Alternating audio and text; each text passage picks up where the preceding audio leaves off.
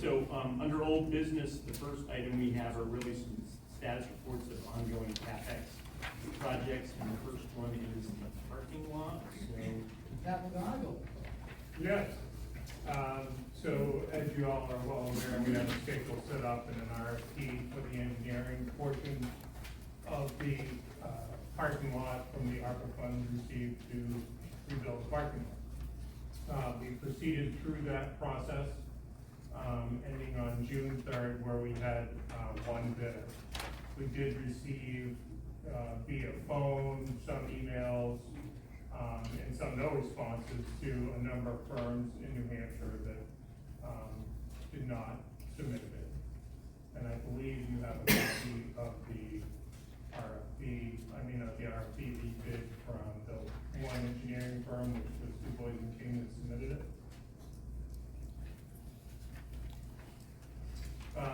In that bid, it is broken out, as we wrote in the RFP, to discern between the design phase, the bid phase, and the construction management phase.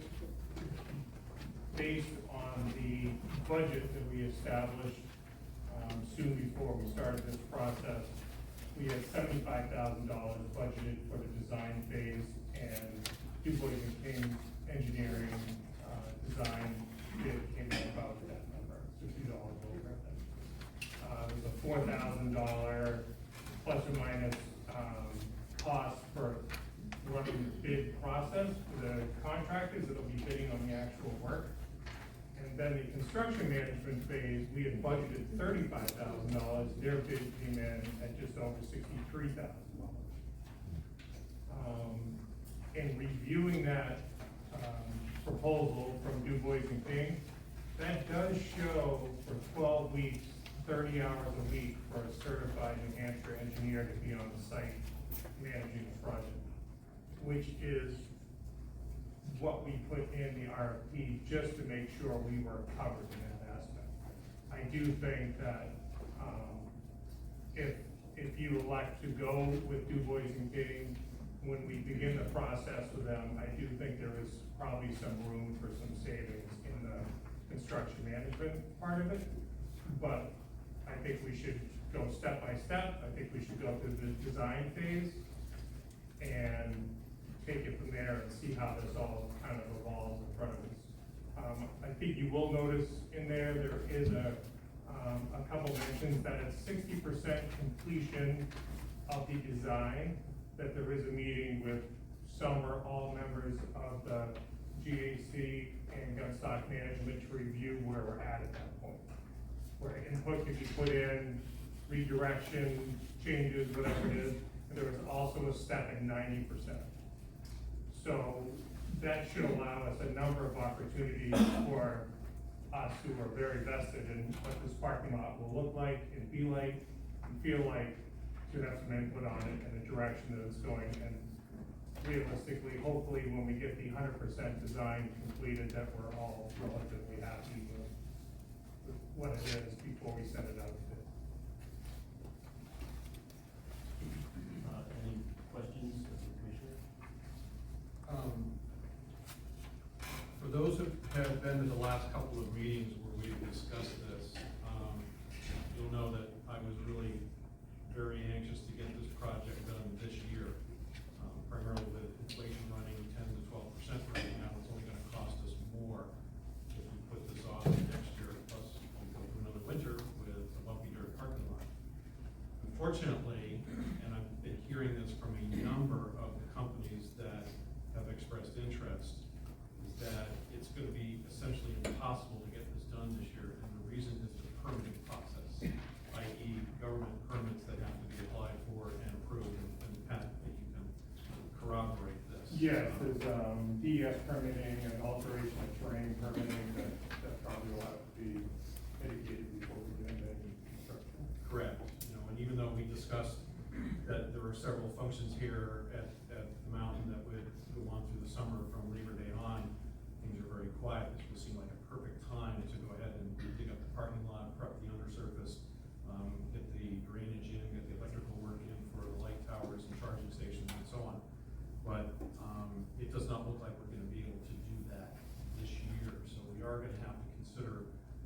inflation when it comes to this price. Now, there were 7 companies that were either contacted by the mountain or called in, contacted us through the RFP.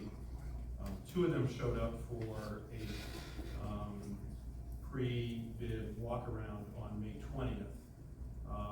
And one of those was Du Bois King, and the other company decided to withdraw after that, which leaves us 1 bidder out of 7. And I'm always nervous about awarding contracts on the basis of a single bid.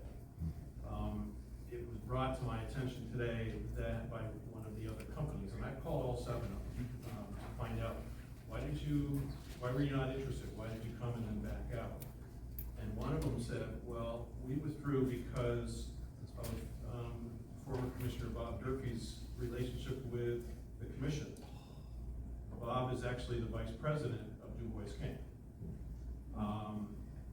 I don't think it's his fault that they're the only company left. They apparently have been very affordably priced, but I think we have to be very careful when it comes to awarding a single bid contract to a company that has, as part of their management, a former commissioner. The optics of this can look really bad. In fact, one of the other companies declined to bid because they said, we didn't think we'd have a chance.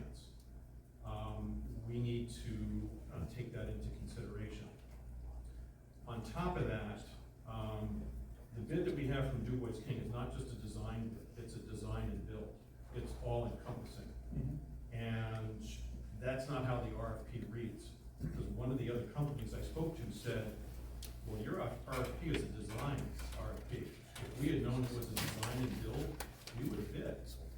So there is some misperception out there that this was a design and build, but the RFP read as a design, and our only bid is for a design and build. How can we award a single bid contract to a company that gave us a design and build bid when the RFP was for design only?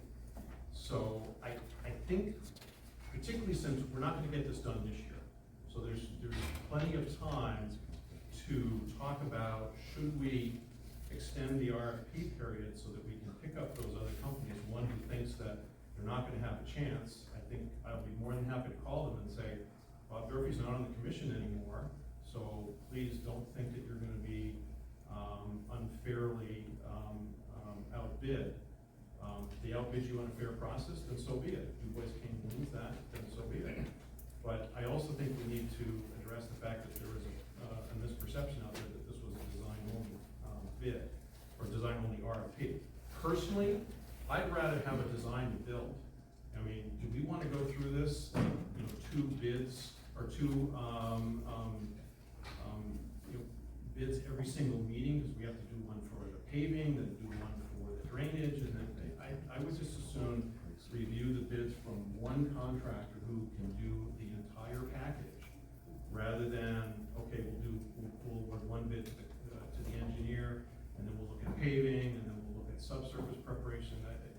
You could just. So unless I'm mistaken, the RFP does include the contract, the construction management by the engineering firm. Yeah, I So can tell you, I went through the know. RFP with one of the companies, and they said this is a design-only RFP. So. Okay, I don't have a and contract. that was different from the company that said, we didn't bid on this because it was a design-only RFP. So, I'm not blaming anybody, I'm just saying there's a misperception out there that this Then was they read it design-only. incorrectly. Then they read it incorrectly. I'm sorry? Then they read it incorrectly. There was construction management in that RFP.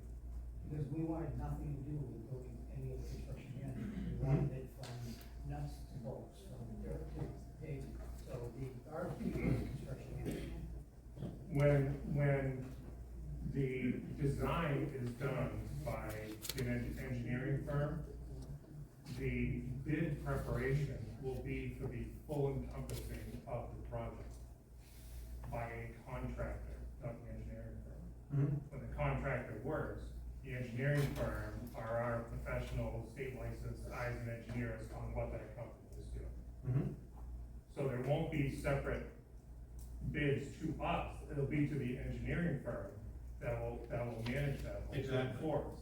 Exactly. So that is in that RFP. Well, I can tell you that 2 out of 7 did not read it that way. 2 out of 7 Okay. said this was design only, and, one company said that they were just too busy and they didn't want to do a bad job. I respect that. One other company said that, if it's really fee proposal, they usually get out to bid by other companies. They like to work with companies that they have relationships, with. I respected that. Yeah.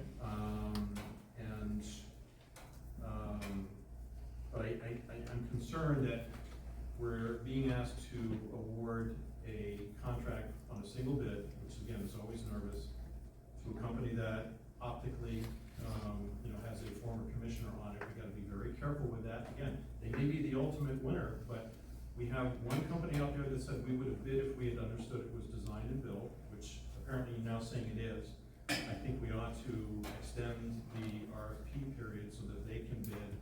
And then we have another company that said we didn't even bother because we didn't think we'd have a chance. I think we need to correct that. Again, I don't know that they even made that, you were aware of that? But in my follow-up conversations, I am aware of that, and I think we ought to, take that into account. So, I'm gonna recommend to the commission that, we extend, the RFP period, and I'll be happy to talk with you and Tom about, what's a reasonable period of time. Again, we're not gonna be looking at doing this until next year anyhow. We've got a lot of additional months. So if we did it, until, July 20th, for example, would that be enough time? I think the problem in doing that is that you've made this public, and now every other contractor knows exactly what Du Bois and King's price is. And we had a deadline period, which you and I discussed quite a bit, about when the bids were due, and that was the bid period that was closed. And, yeah, that's public knowledge now, everybody else didn't bid on it, whether they knew it was designed to bid or not. I'm surprised that Du Bois King bid it, designed the bid, and the bill and no one else did, because it wasn't the RFP, but you can't drop that and then say, well, we're gonna open up the bids again. You just can't do that. I don't know, it's unfortunate that Du Bois King got the bid, or they got the only bid, that everyone else dropped out. We did, Pat contacted people that had done work with us before, and called them to say, hey, we've got an RFP in the paper, take a look at it. If there was any questions about the RFP, and they're any kind of engineering firm, they probably should have asked those questions, but I don't, you can't have that out in the public and then ask people to do it. I think that's a problem. David, just a couple of comments. And we have other former commissioners in the audience that will probably back this up. We did a lot of work with Du Bois King when Robert Gerke was on the board, and even when on the commission, and even when he was chairman. And there was clearly a China wall there. There was no favoritism at all that I ever saw. And Ruth, I don't know, you were there for 5 years. If you ever saw any improprieties or anything in favoritism to Du Bois King. Not only did I never see any such thing, but the notion that this GAC is giving an unfair advantage to former GAC commissioners seems kind of ludicrous. Yeah, I've done a lot of construction work. And the work that I've seen done by Du Bois and King, except for the basement of the boot room.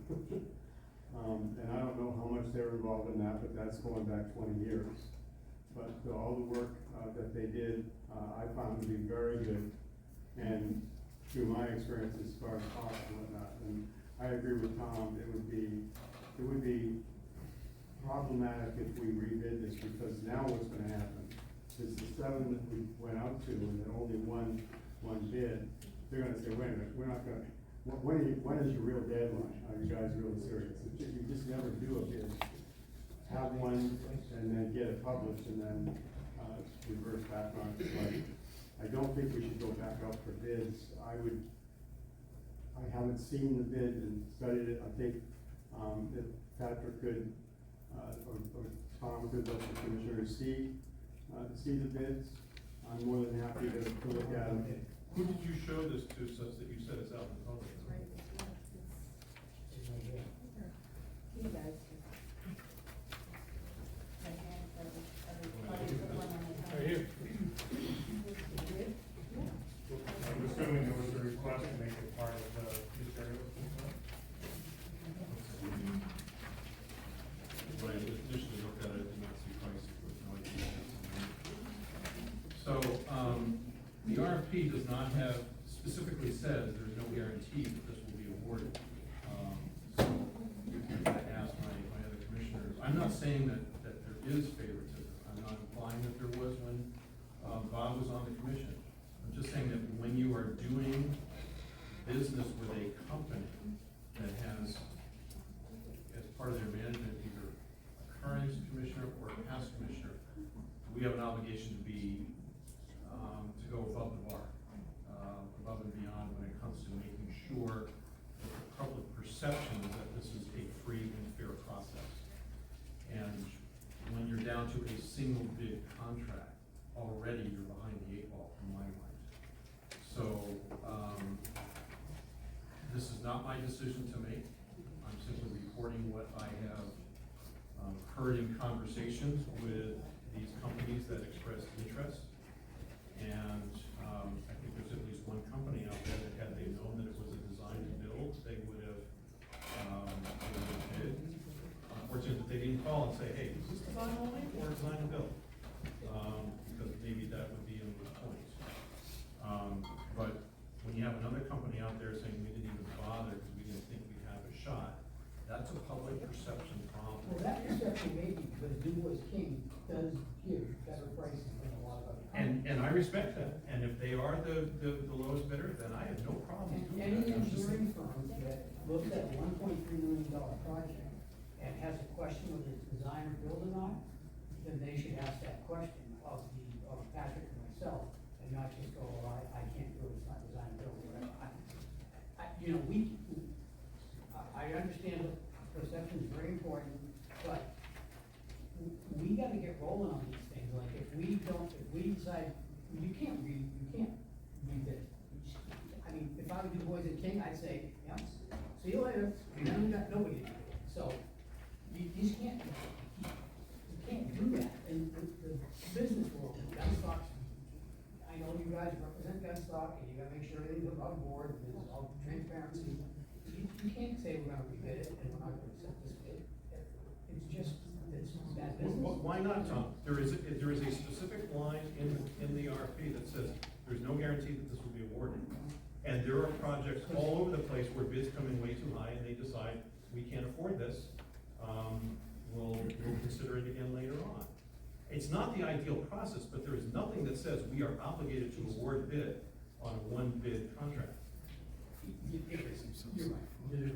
However, it's bad business to be doing something like this when you had 7 people that had an opportunity to do it. If a couple of them don't understand what the RFP is, then they ought to ask the question. So it's their fault, not ours.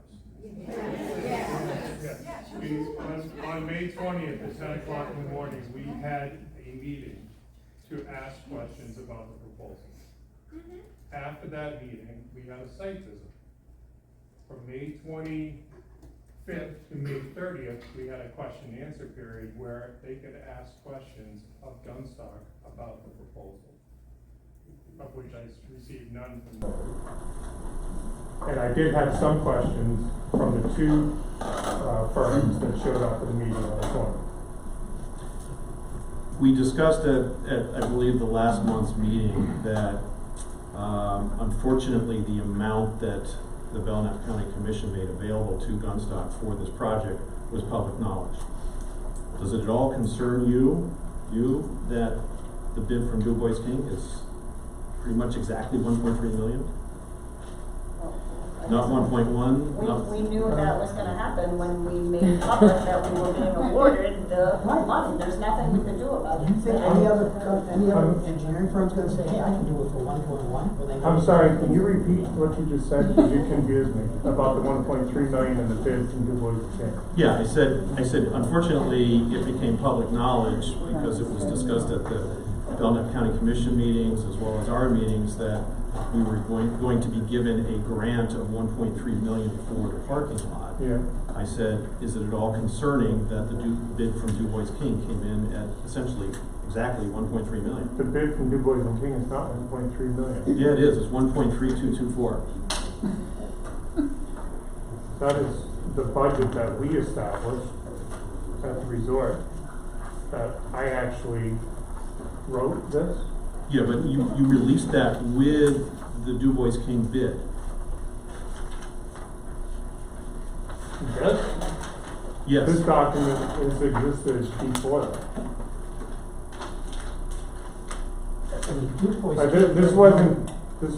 This document here this has been out before we received any ARPA funds. Okay, This document. but wait a minute, where did all of the costs come from for all of this if it was not from the engineering firm that was doing the bidding? Because you sent that out with the Du Bois King bid, and when I Oh, looked just at it, I said, recently you this- received it as an email? Well, I think you sent it out, like a week or so ago. Whenever you, right, so Yeah. that you could see what the budgeted amounts were for the 1.3 million for the engineering part. That's why those were on there. Okay, I thought you were. These numbers came from, I don't even know where, before I was involved in this entire project. The numbers came from when Brian Gallagher asked the Gunstock management team, which ended up being me, to go look for Northern Border Regional Commission grant money to put this project together. That grant money was for 50% of the job cost. So those numbers were given to me from Brian Gallagher, and I can't honestly tell you where they came from. And I think in 2017 dollars, it was like 890,000, I think, something to that respect. But to your question, that didn't go through, you didn't send that to Du Bois King. No. But No. they. This is an internal It's common document. knowledge that we got $1.3 million in output. right, correct. So a engineering firm is going to, I would think, I don't know, I'm not an engineer, I'm not an engineering firm, my father was an engineer. They're gonna say, I can do it for 1.3. I don't think they're gonna come in and tell you I can do it for 1.1 or 1.2, because they do know the problem of being a public, quasi-public company or whatever we're categorized as, is that stuff becomes public knowledge. So there was no surprise to me that you would get a bid for 1.3 million. So, I mean, we just can't keep putting the brakes on these things for reasons that I don't really think are reasonable, but I don't think we can go out and rebid it. I don't think that's ethical. I know you can say you can do it and it doesn't matter, but if I'm Du Bois King, I tell you.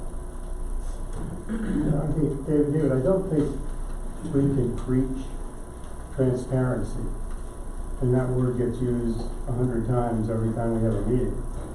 And then when things are transparent, and the newspaper reports that we've got 1.3 million, because they sat in a public meeting, and it's transparent, and it's out there in the public, and we send a bid out. I don't think we can punish a engineering firm because they came in on target and said, we can get this done for this number.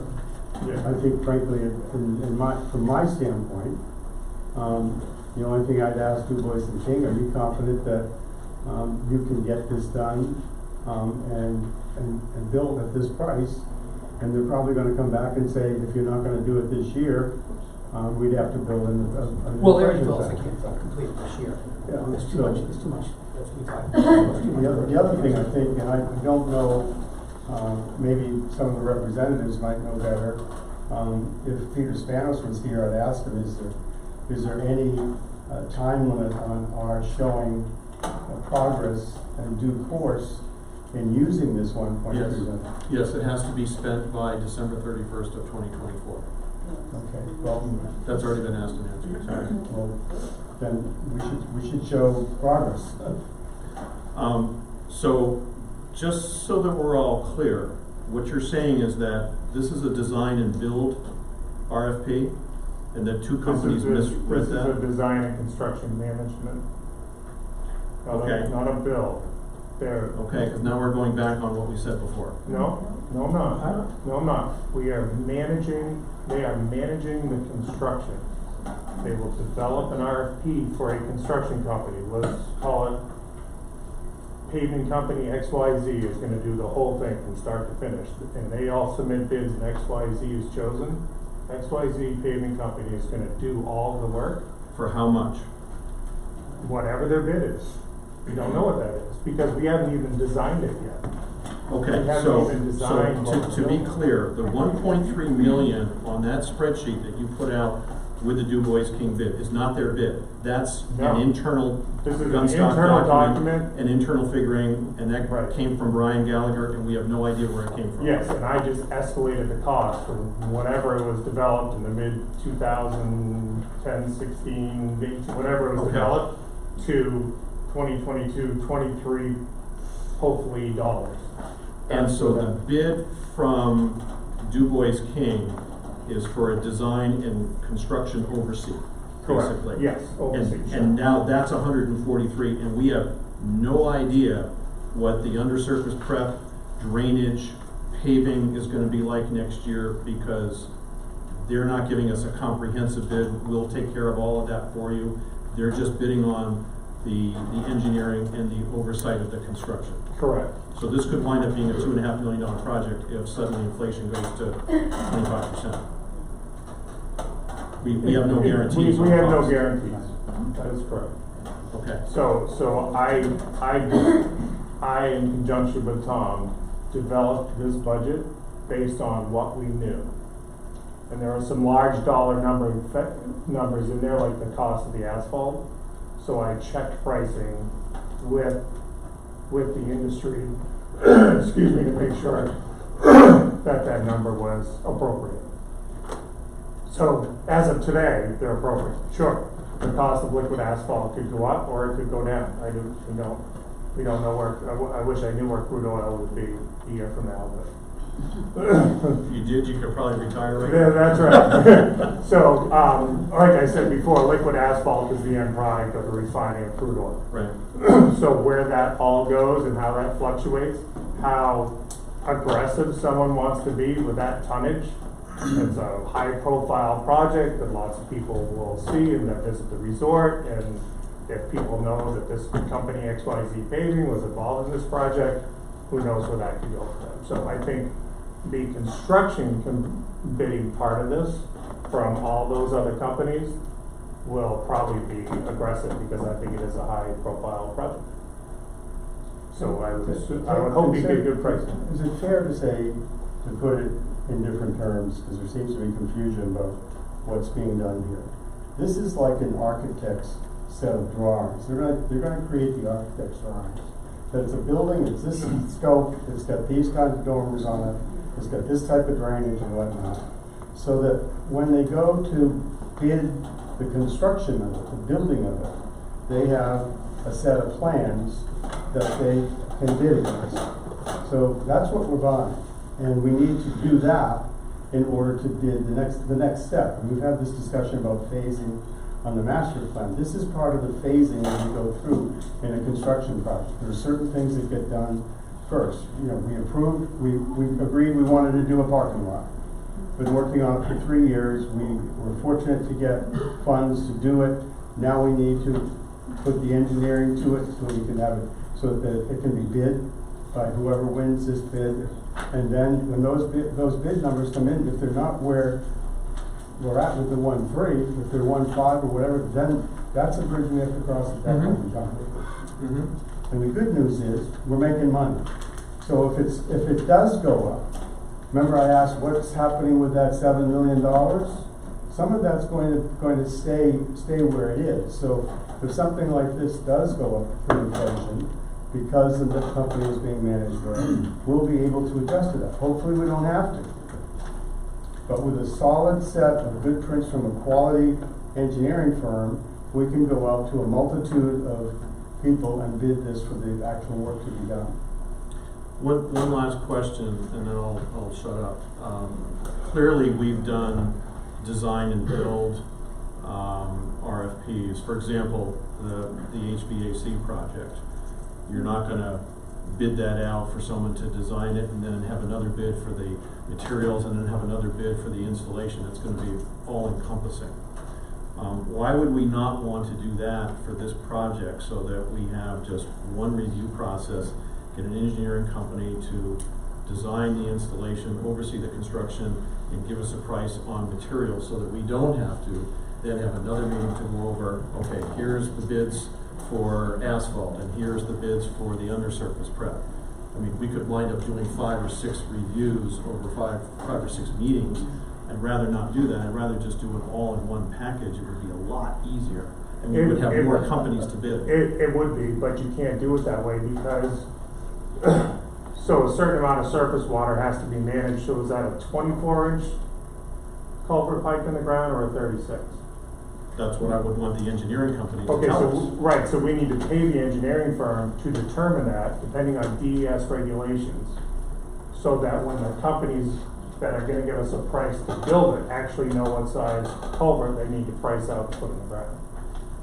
So hiring the engineering firm is an appropriate step Mhm. in the process, and an appropriate pause in the process, Mhm. so that we can design it, and we can then decide, are we gonna move forward with the RFP based on our design? Are there items that can be changed or altered, whatever it is? So I think it would be great if we could do it all in one. No company out there can do all in one. I don't even think Continental or Pike Industries, or they even have the design team or the licensed engineers to do the whole thing. Okay, that's a fair answer. In fact, the scale and scope of this project is dramatically different than the HVAC, which you. Oh, I agree. I'm just using that as a comparison. Project. They did, that company did all of the engineering, they did the whole thing, the installation. That's a dream when you've got somebody that does that, but this is, the scope and complexity of this is significantly larger than what you referenced with the HVAC. Mhm. I agree.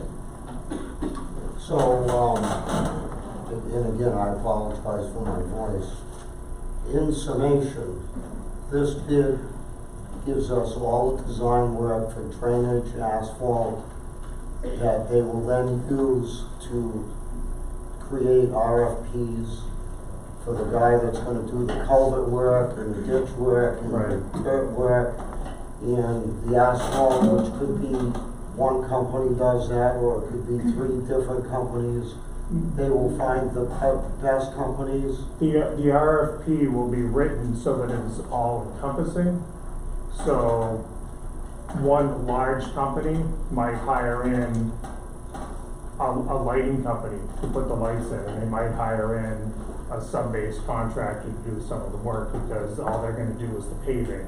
And they might hire in an electric, charging station company to install these, and they're gonna hire an electrician to wire things, and they're gonna hire subcontractors. They're gonna hire DuBois King, through us, will hire a general contractor to perform the entire project. And they will oversee from the beginning, this 174 gives us the design, the RFPs, and oversight and inspections, approvals, Yes. to the end of the project. Yes, the construction management phase or oversight phase, that's included in this on the, I think it's the 3rd section that's priced out, actually includes an engineer for 12 weeks, 30 hours a week.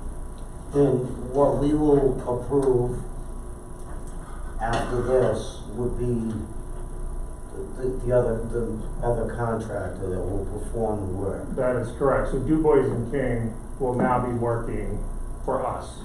And they will manage that whole process. They'll receive the bids and they will bring them to us.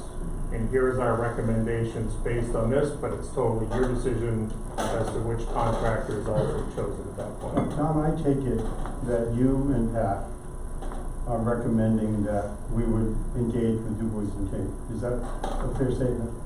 Yes. Great. I'd like to make a motion, Mr. Chairman. Can I actually have one question. So, I think you guys have done a great job explaining to us that this is, I call Du Bois and King is doing all of that engineering work, and then they're the project manager, correct? Which is my understanding from the get-go. The only question I have is, I had not heard of the anticipated delays from permitting, and I just have read the alteration of terrain permitting language in the proposal, and I'm just wondering if you can succinctly explain to us what the permitting timeline looks like with DES. Because apparently with Breezy Knoll, we've now triggered whatever the regulatory oversight is. So, Well, Breezy Knoll didn't trigger it, but because of the size of the main parking lot, that Right. triggers an AOT, and then the DES has to manage what the water flow is off of the surface, and as far as, we don't know what the timing is on that, because we haven't committed to an engineering firm to go to DES and ask them what the permitting, what the permitting time is. They're like everybody else, they don't know help, they don't, that's why we kinda gotta get rolling, because we can get a little bit of time to get these permits through, and be able to get them, understand where we stand. And every engineering firm has a relationship with any state agency, and if they've got a good reputation, they tend to be able to be a little more reasonable in their, there's a standard requirement that you have to go through, but it tends to be a little more reasonable to do. right, and the more thorough, and professional that permit is submitted, and the relationship, the likelihood that it will, meet regulatory approval perhaps quickly. And I don't know how big a deal this AOT is, I don't know, because it's flat, it has no places that Right. you're gonna be able to dump the water, that Slumming Pond is a settling pond, so we don't know, but it's the state permitting rules move slowly. I guess what I'm really just asking is, I'm not asking for a binding representation, I'm just saying, is there anyone that can give us a proposed timeline? Like, I did a project for a client and I said, it's likely it's gonna take the IRS 9 to 12 months to do this, and for some completely unknown reason, I got a response in like 38 days. And so if Du Bois and King says, well, based on the scope of this and us doing this for 60 years, we really think the regulatory approval will take 45 to 60 days. Because we know that person on Hazen or wherever that does this, and because of the size of this, and it's not, A Walmart parking lot. right, yeah, okay, so just understanding that would be at some point helpful. I actually think if you have questions like that or other similar questions, that's probably gonna be meeting one with the select Okay. engineering, Yeah. there are certain things that we need to know right away, like what's your perceived timeline, what hurdles do you think we have to cover, all those things should be discussed in that Okay. one meeting, so if there's things that you need clarified, That's that- very that- helpful, Pat. that would be good to Okay, have those. so, Can I mention? yes, Commissioner Kyle. Mr. Chairman, I would like to make a motion, that the commissioners approve the Du Bois and King proposal as written in this document here, and authorize management to move forward and engage them. Are there any seconds? I will second that. Thank you. Is there any discussion? I just, still cannot believe that we are going to accept these ARPA funds to have people park where they're already parking when our mountain is already at comfortable carrying capacity. And I know that we were held to a standard where we had to vote unanimously for this to occur, but, I would love it if somehow, we could explore options for terracing to make ease of access, from place to place, such as the base lodge to Stockade and to the lifts. And perhaps that's a project outside of the scope of anything that we can accept ARPA funds for, but, I just wanted to make that point. Jake, that's a fair statement, and I heard you the first time around, and I think I answered it the same way. We originally were looking for 50% of the cost, and we were gonna fund it from our operations, which we could do. but we've been blessed with the full amount to get it done. So the projects that you're talking about, that could be good, should be considered in the master plan and funded according to their order of importance and return on investment or return on customer experience satisfaction. So you talk about terracing, you talk about steps to the stockade and whatnot. Those are not million-dollar projects. Those are projects that could be done out of operating cash flow that we have at the end of the year and put into a capital budget. And we could revisit we can always revisit the budget if we found that, gee, we got an opportunity while they're in here paving to leverage them. And I think this would be a great idea, to leverage them and say, hey, listen, we like your bid, but we want this extra stuff done over here. You always can get a little bit more. So I think what your wishes there are well expressed, but I don't think we should have that held up for this, because this was for the parking lot and we're blessed to get it. We should be running out of the bank. Since we're looking at doing this next year, we have another 12 months to potentially add those. And I like the idea of having steps from the paved portion of the area in front of public services up to the stockade lots. I've walked that hill many a time when it's icy and slippery as hell, and I think there's gotta be at least several people a week who go down there. And if just one of them breaks something, you know. We had that similar situation on the north side of the base lodge. And the first year Tom was here, he put in those stairs.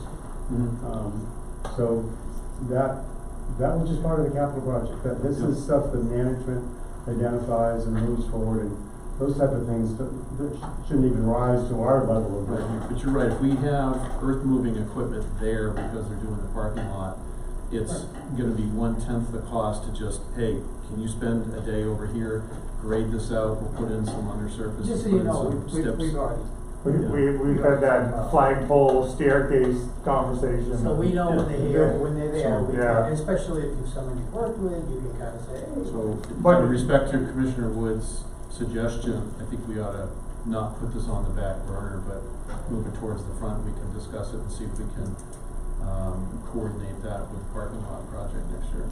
That 60 and 90% in the design phase completion where you all will get to look at it.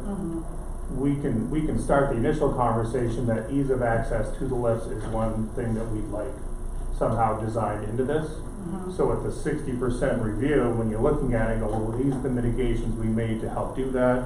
If there's additional ones that we want to put in, that would be the time to bring those up. So at the 90% review, we can see how those phase in there, see what the potential cost might be and how we can. Thank Maybe you. when you award this, if we approve it tonight, when you award this, you might wanna go back to Du Bois and King. You got good news and bad news. The good news is, you got the award, but we need you to do this little extra engineering as part of it. You probably get it done for free. Right, I'm in full support of that too.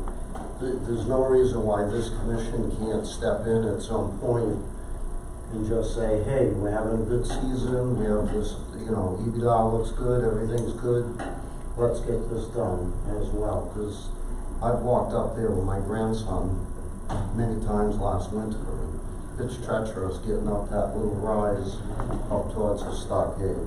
And that would really just be part of fiscal 24's budget process. Right, you just put it in CapEx, so. Can we have a vote? Yeah, so if that concludes discussion, I think we can have a Commissioner Knight actions motion, which I second. So, Commissioner Sherman? Yes. Lambert? Yes. Wolf? Yes. Yes. 5-0. Three unanimous votes, Peter. Okay, so. Can I just add, just because we have some discussions, I would urge people to look at the outcomes, the votes.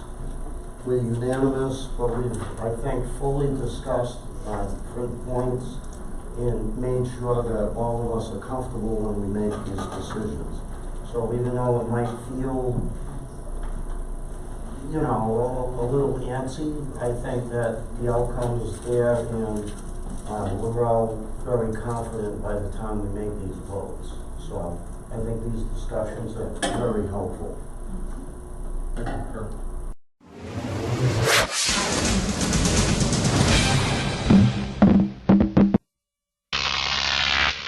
Croc TV.